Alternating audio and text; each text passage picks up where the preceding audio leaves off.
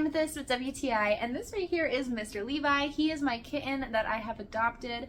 He is so young that mom had actually abandoned him, and so I was feeding him milk and all of that stuff, and he really shouldn't have been alone for too long, and I didn't want to just leave him unattended. So I was really excited to have this Cuby pouch right here. Not only is it going to be an amazing pouch to carry your little furry friend around with you, but it also works great as a bonding pouch as well for animals that are new to you. So Mr. Levi loves to hang out in here and take naps while I walk around and do chores, and he loves to burrow down at the bottom here. This is going to be reversible, which I really love. I love that the fabric is nothing too hot, which is going to be great because the heat from your body is already going to be warming whatever little animal is hanging out in here.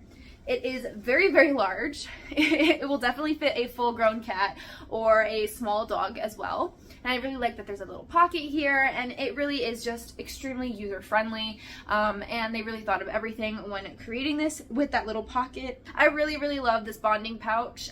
It has really helped me with my relationship with Levi, little Levi here. But I also have 3 small rodents, and it was really great to help me with my bonding experience with them as well.